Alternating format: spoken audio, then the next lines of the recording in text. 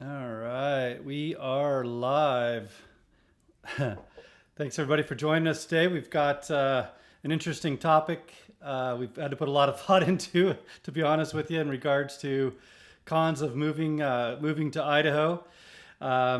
We'll chat actually in regards to a lot of the different things that ended up on our pros list, depending on who you are. It could either be a reason not to move here, or reasons you want to move here.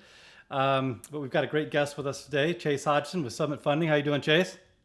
I'm doing fantastic, Jerod. How are you doing today, man? I'm good. I'm good. I'll introduce our sponsor real quick, and we'll be right back, and we'll chat a little bit about things to consider, cons to consider. For those of you who don't know me, my name is Jerod Lee. I'm the associate broker and team lead here at My Home Connection, and our sponsor for today is the Perfect Home Buying Process. Chase has been so kind as to partner with us in regards to the appraisal side of the up to $1,000 offer, and we're contributing to the home inspection to help minimize your costs and instill a sense of confidence in the home that you're buying. We've got a lot of different reports to help you um, entertain different areas and different homes for purchase, along with a 100-page relocation and lifestyle guide, some real estate secrets we want to share with you, and a weekly podcast series to answer a lot of the questions that are going to come up during the home buying process. But we'll share how to take advantage of this program here towards the end of the podcast. But for now, we'll bring Chase back in and chat about. We've got a number of topics here, from weather to jobs, to traffic to guns and politics. So plenty to chat about. I am thinking weather would be our first topic here. Um, we chatted in our pros, Chase, in regards to having all four seasons, getting a feel for the time change throughout the year, adjusting to the different sports and activities that we have during those different times. None of the temperatures being extreme; they just kind of are obviously different times of the years, but that can also be a con. I, being upfront, right? Yeah, You Spending my entire life here, this is a very difficult one for me, yeah, yeah. right? I'll Because give I you my tried to, point of reference, but I want to hear your first. like, I tried to leave Idaho at one point, right? So it didn't work out for me because I like it here too much. So Yeah. the con side of this is extremely difficult for me. Um, but yeah, like to your point, like the weather, depending on where you come from, maybe if you're used to the sun and the beach, then the weather can be difficult. We get all four seasons, which is for me amazing. I love to see everything change. In the spring when everything blooms and the farmers start working the fields, and into summer we do have, and that's I guess that's another thing, right? Like the we do have some days at triple digits, right? So if you come from a cooler climate that aren't used to those, we don't have a ton, but we do have some. Some summers are hotter than others, and then the fall. What if you're coming from back east? Our falls are pretty short compared to that, right? Hmm. So we get to see, most of the time we get to see the colors and the leaves change and all that. And then we do have winter, and about every 6 or 7 years we have a pretty good winter, Yeah. right? Yep. So Yeah. Yeah. I think I summarize it usually to my clients. It's usually, what is your point of reference and what is your preference? right. If you're from California and you like kind of that, spring year round, consistent temperature, very little rain, like you said, you're going to get the winters. You're going to get, some snow in the winters, maybe for the day or a day or two, but it goes away pretty quickly. But, you're going to get into the freezing temperatures, and you're going to have rain in the fall. So you might not like that. So I've lived in Phoenix, and it was summer and hot summer. There was only two seasons there. You, so 110 to me here isn't a big deal. 120 down there, that was obnoxious. So it just really depends on where you're coming from. The Oregonians, Washingtonians, coming from just a lot of rain and a lot of greenery. Um, they're gonna experience some hot summers here. They're gonna be triple digits summers, which they probably don't get. So it just really kind of depends. That's how I would classify it. point of Yeah, if you're reference coming from and there and you preference. don't like seeing the sun all the time, right? That could be an issue because we get a lot of sun here. Yeah, yeah. You know, I will say, if there's something about our weather that I don't like, it's the wind. Like we yeah, do have a lot of windy days here, right, in Idaho. Um, it's not as bad here on the western, the southwestern corner of the state, as it is, the more you get to the east, the stronger the wind gets. But like if I had one thing that I could change, it would definitely be the wind. yeah. Actually, that's a good point, Chase. We do need to point out we're specifically talking about Southwest Idaho here. Yeah, If you head east and if you head north, the temperatures and the weather, the climate is going to be totally different. And that's yeah, because we're in kind of that banana belt. We're in a high desert. I think we're at like 2,700 foot elevation. And by virtue of the high desert, we get drastic temperature swings. If you don't like, being, 90, during one point in the day and dropping into the 60s, later on in the evenings, you might not like that. I mean, we have, you got to be prepared. Take a coat, if it's yeah, going yep, that direction, or vice versa. You could leave the house and it can be, in the 40s or 50s, and then later on in the day you're up in the 70s, and you know you're warm, hot. yeah. Spring hailstorms, right? Like when things are getting warm, the hail will come rolling in, or in the fall you'll get, things have cooled off and changing, and then you'll get another day in the high 70s or 80s, right? Like there are some like, it's a cliche, but they say it a lot. You don't like the weather in Idaho? Wait 10 minutes. Yeah. Yeah, but I would say for the most part, people that have moved here that kind of had to make that adjustment. Once you figure out the activities you want to do, the recreation you want to do, in the different seasons, you kind of lean into the idea that, hey, I enjoy summer, but then I enjoy when it's not summer, and I enjoy my winter activities. I put my mountain bike away in the fall, and then I pull my snowboard out. And I don't see my mountain bike until the rain, kind of subside in the spring and the trails are dry again. So, you know, Yep.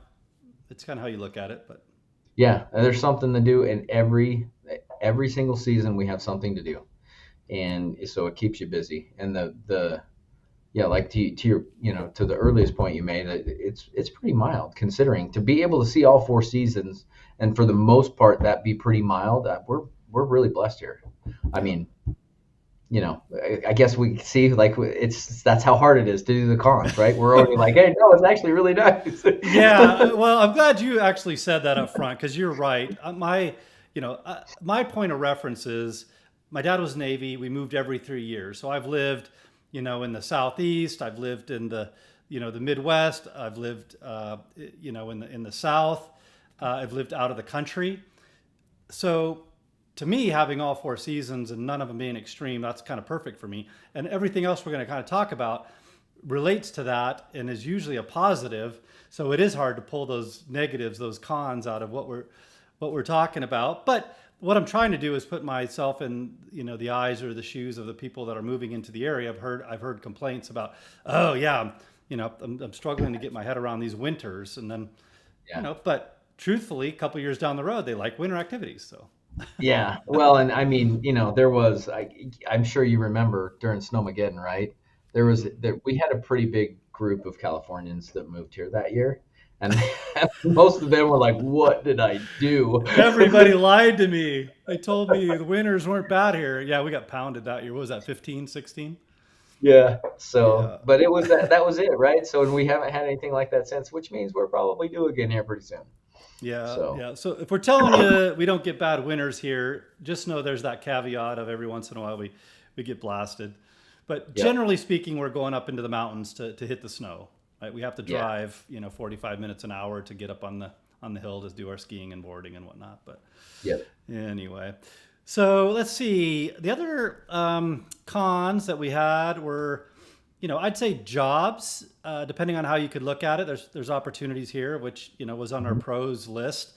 But there's also cons if you're in a certain type of industry, or if you're used to a certain income, you might struggle. You might get frustrated.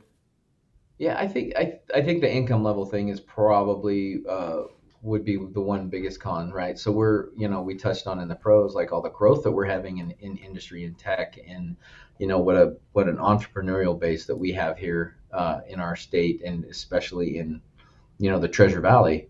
And so, but if you're coming from like a California with the higher wages and all of that stuff, like initially it can be, it could be, I wouldn't say drastic, but it could be a change for you.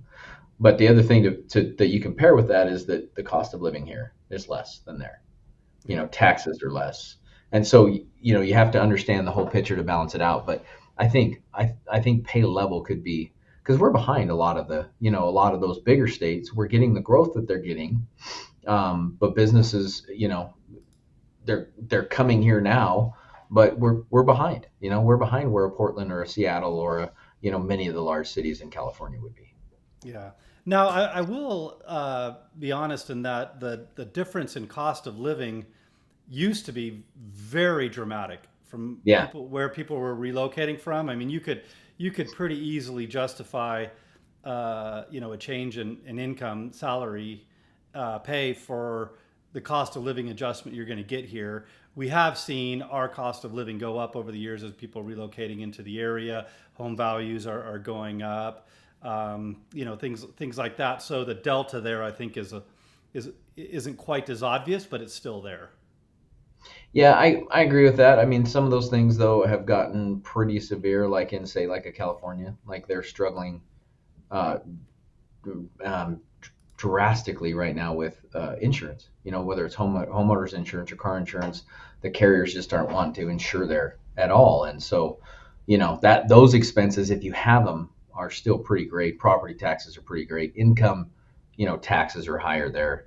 And so, yes, the everyday cost of living, like groceries and buying your house and things like that, are probably much closer than they were, 10 years ago, 15 years ago. Mm-hmm. But I still think overall that we've got them by a decent chunk. Yeah. Yeah.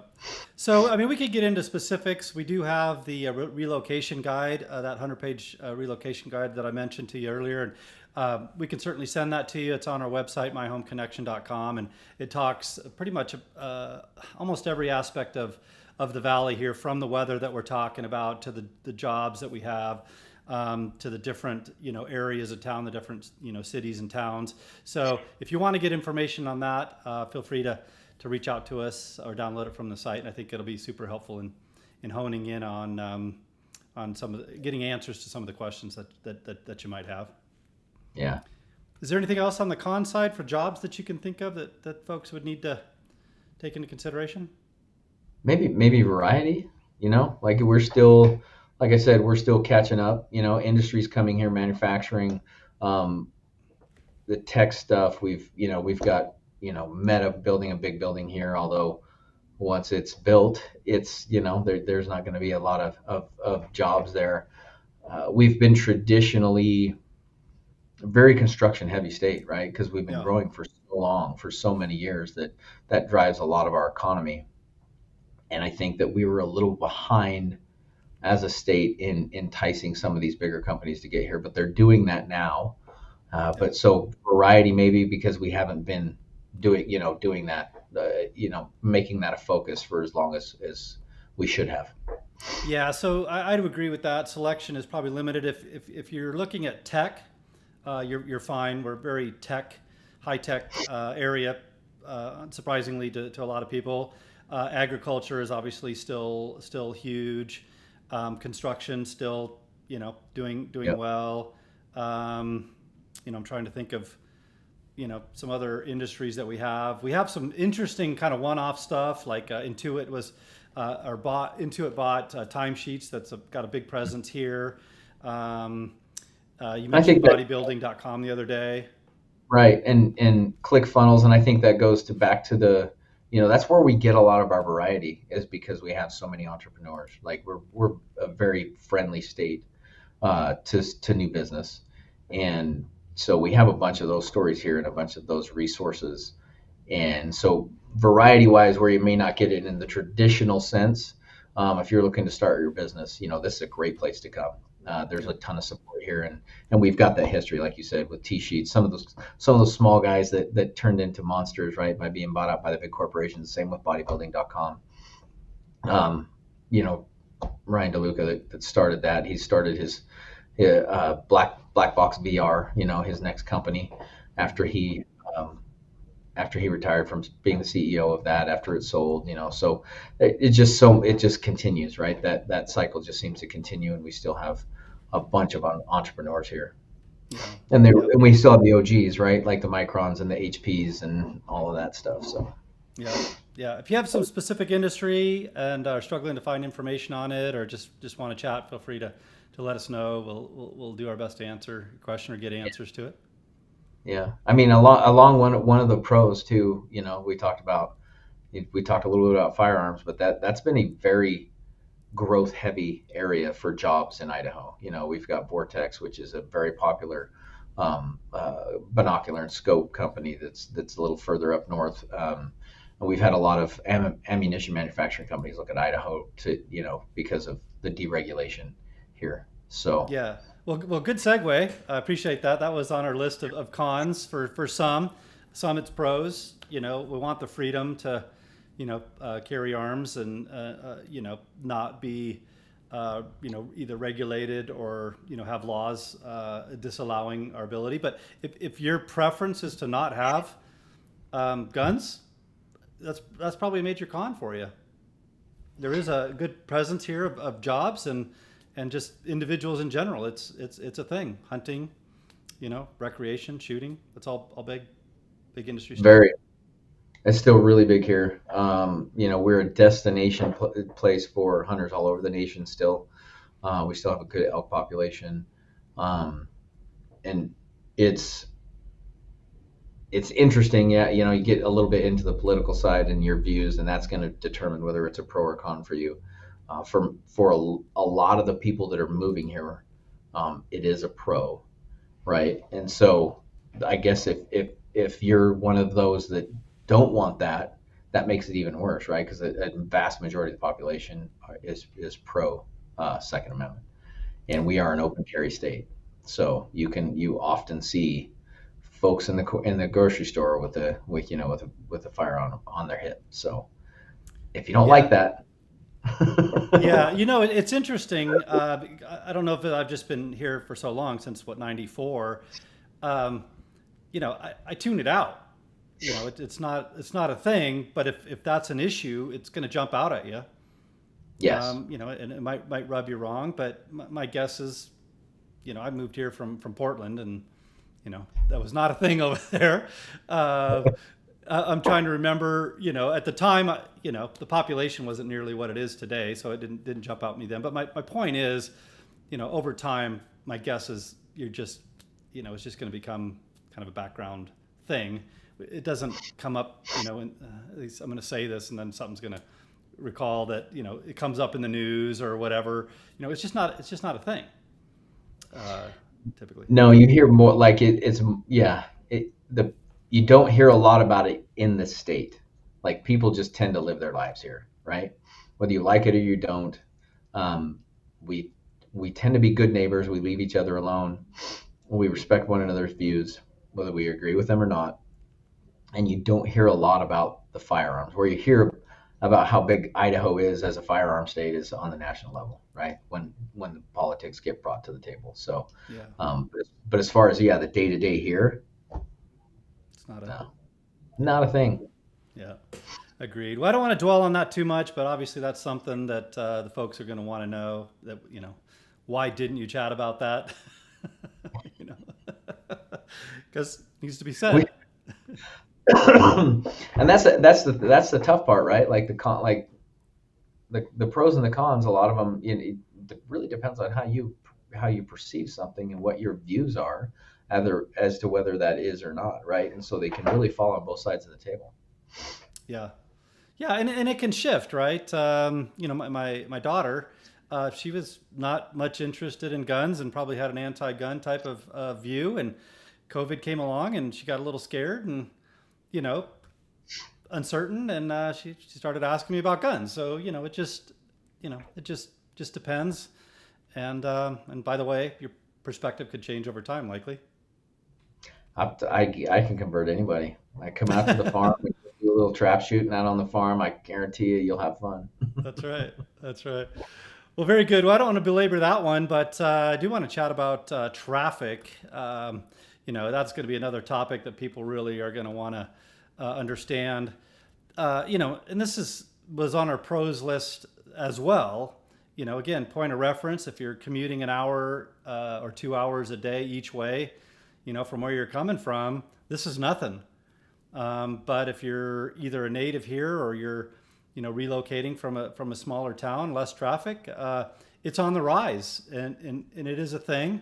I've committed to myself and others that I'm not going to complain about it because I've lived in Portland's, I've lived in the Phoenixes, I've lived in the Seattles, and this is nowhere near that. So it's hard for me to classify it as a con. But when I'm driving down Eagle Road and, I had a couple of stoplights, I had a stoplight a couple of times, which doesn't happen super often, but it can get frustrating. What's your thoughts on the matter? So this is an easy con for me. I figured as This much. on the road side yesterday was difficult, right? Because I've been Yeah, here forever, and the main road, that's funny. the two main roads that I travel with are Meridian Highway and Eagle Road. Like Eagle Road, as a child, was a 2-lane road from Cuna all the way to Emmett. And for those of you that don't live here, don't know that drive, that's a pretty far drive. Like that's a 45-minute drive from where I live. It was a 2-lane road, all farm ground between Emmett and Cuna, and so now it's 5 lanes and curbs, so you can't like turn into businesses. You got a U-turn. Like this is an easy con for me. Like Gotcha. We found one.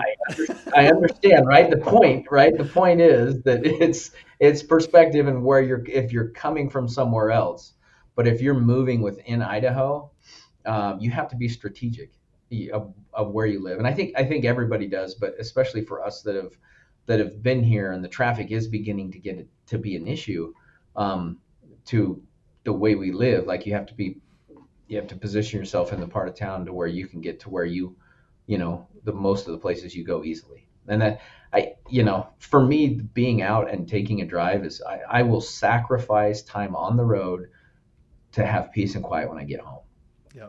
I grew up on acreage, and that's the way I live my life. And so now it used to, like when I left the office, that was my peace, the drive home, because it just got quieter and sparser and everything until I got home. And now they're like, I'm a mile away from all the lights and the traffic and everything. Yeah. And so, Yeah. it's Lots of changes.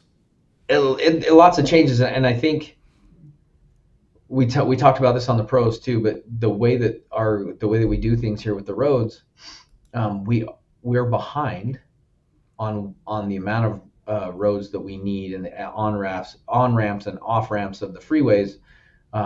We are behind because we had it as a pro as well, but the fact that we don't build with debt, right? So that puts you a little bit behind, but it doesn't put your government in debt, right? And so that's Right. where we could use a little more. We could use a bypass here or there, Yeah, yeah. Well, we did go into much greater detail in a prior podcast. I'll try to link that down below. But we actually had a gentleman that was on the panel who was kind enough to put his camera in the car and drive around.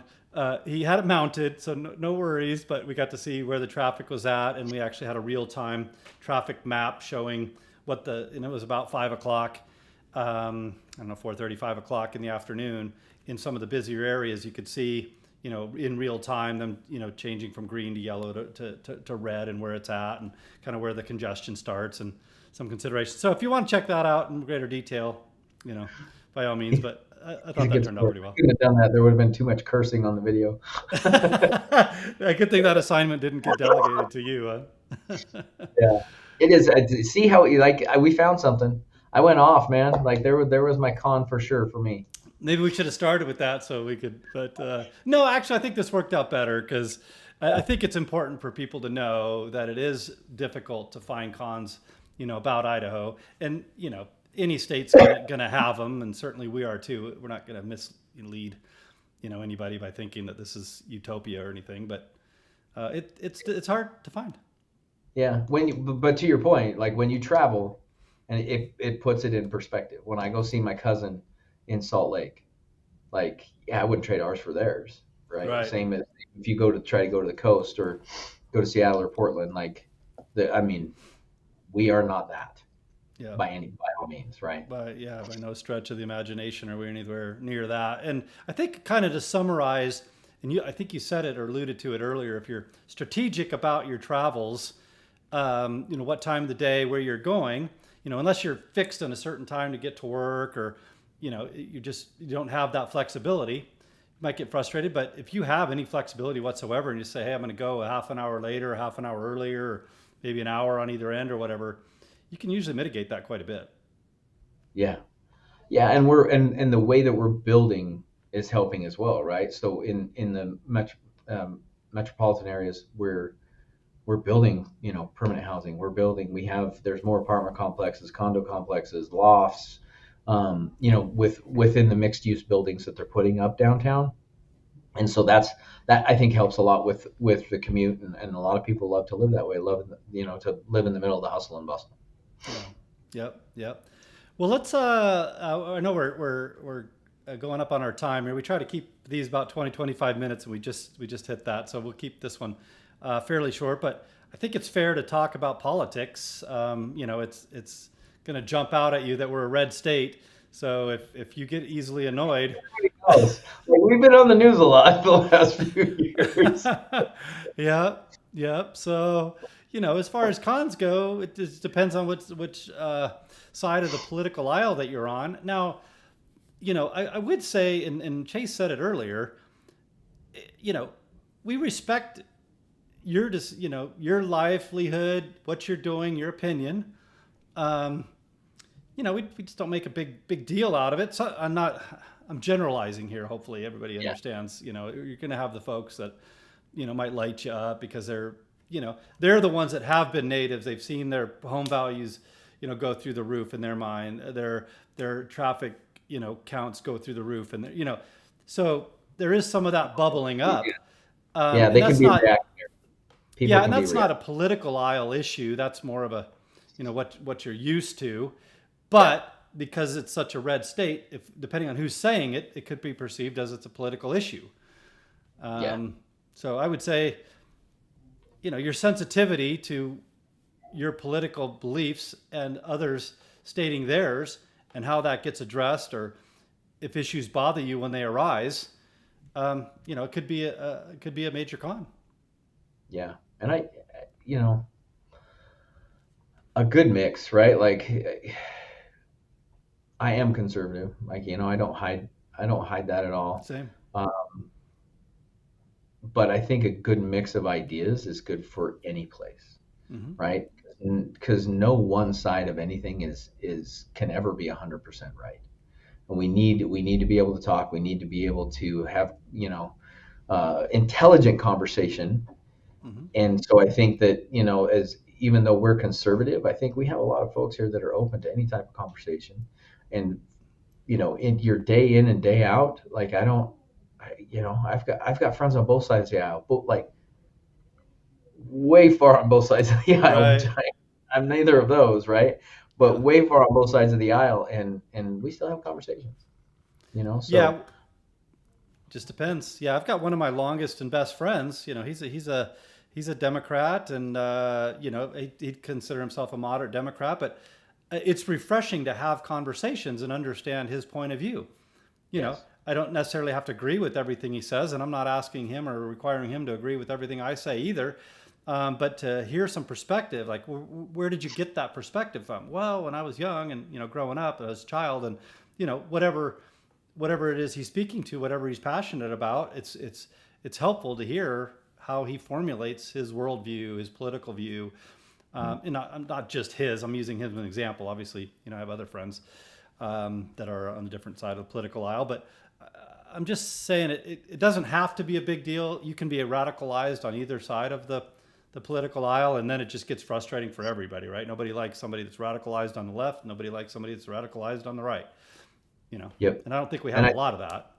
No, and I think like I said earlier, I think that's on the national stage, that's where that stuff gets radicalized, not in our day to day here in Idaho. Like Yeah. this is I promise you, this is one of the friendliest places that you can live. People Yeah. still open the doors for one another, and they still say hi and they smile and wave at each other. Like it's a friendly state, no matter what the politics are. Um, Now you'll see some Idaho's full stickers on some cars, like Jerod said. There's some reactionary, and I think you get that in any state that you go to. Yeah. Um, so if Idaho was flooding to California, I guarantee you there'd be some interesting stickers as well. So, just keep that in mind, and know that majority of Idaho is going to be respectful and be your good friends. Yeah, I think that's important to note is we're generalizing here. You're going to see your one-offs. You're going to see your issues like, well, where did that come from? Like we can't help it there. Are we seeing it more often just by virtue of growth in population? We're starting to see some things that, either more often or more at a higher intensity than we used to. And it's just because, again, people are seeing a change in the state that they love. Yeah, And they're trying to point finger and point blame on where it could be coming from, and that's not fair, but it's a natural human tendency sometimes. So prove them wrong, would be my. yeah. Well, and I mean, in their defense, and not defending bad behavior by any means, but think about it in terms of you have a 3 bedroom, 2 bath house that you and your spouse and 2 kids live in, right? Fairly tight. What you feel like is fairly tight. Well, now you help you move your sister in that has 6 kids. Like, you know what I mean? Like, what's it feel like inside those walls now, right? And that's kind of what people are feeling. They're used to their space. They're used to Idaho being small, and we're not anymore. We're in between, and so you're gonna have some people that have a hard time dealing with that. Yeah. Yeah, and I tried to point that out. I actually have another traffic segment that I did. Actually, it was an infield segment, and I showed the traffic See, at. traffic's an issue. Traffic's an issue. I know you'd love that. And I showed our busiest state in Idaho is Fairview and Eagle Road. Oh yeah, So I showed what it was doing, and I pointed out both sides that somebody could be totally annoyed and frustrated. Others go, "Wow, this is not a big deal." Um, but my point is, these things are gonna come up again. A lot of perspective, a lot of point of reference type stuff. So anyway, these are the things we just wanted to bring to light and let everybody know that these are considerations, and at a general level, these are the things you need to think about, and hopefully we've helped clear any confusion up. And if you got any other questions, by all means, let us know. So, all right. Well, with that, we're way over time, but let me just let the folks know if they want to reach out to us in regards to the perfect home buying process that I mentioned. Here's just some of the tools and things that we've implemented into the program. Just reach out to us in any way. You can comment down below in the comments, and just state perfect home buying process on our website, myhomeconnection.com. We've got our contact information, our phone number, and an email, or you can reach Chase at his website as well. He's got his phone number, email, and even the ability to apply and get some information on your home loan if you'd like. So again, feel free to reach out, and we'll get you started on the program. But other than that, Chase, just really want to thank you again for joining the program and sharing your thoughts on the matter. You bring a fairly unique a perspective to these things being an Idaho native. uh, I know. You finally found something that I didn't like about Idaho.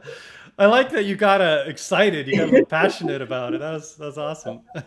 To be fair, I have really adapted. I have really adapted to the traffic. So, because it's not like perspective keeps you in touch. And yeah, one of these times we'll hit one that we keep to time. It's too fun talking to you, man. I Yeah, have a good same. time. Same. I just hope that these folks can pull a lot of good, valuable information out of these, and if they get an opportunity to learn about our personality and think we're a good fit to help them in their relocation efforts, man, we're excited to do that. That's just Yeah. this is how we serve. This is our capacity, and some of the big to help you in some of the biggest purchases that you'll ever make, and we both love doing it. So Yes. Yeah. awesome. Thanks again, Jared, for having me. I hope everybody has a Merry Christmas and Yeah. gets to enjoy family time. Yeah, thanks for joining us again, Chase. And I hope everybody has a blessed day.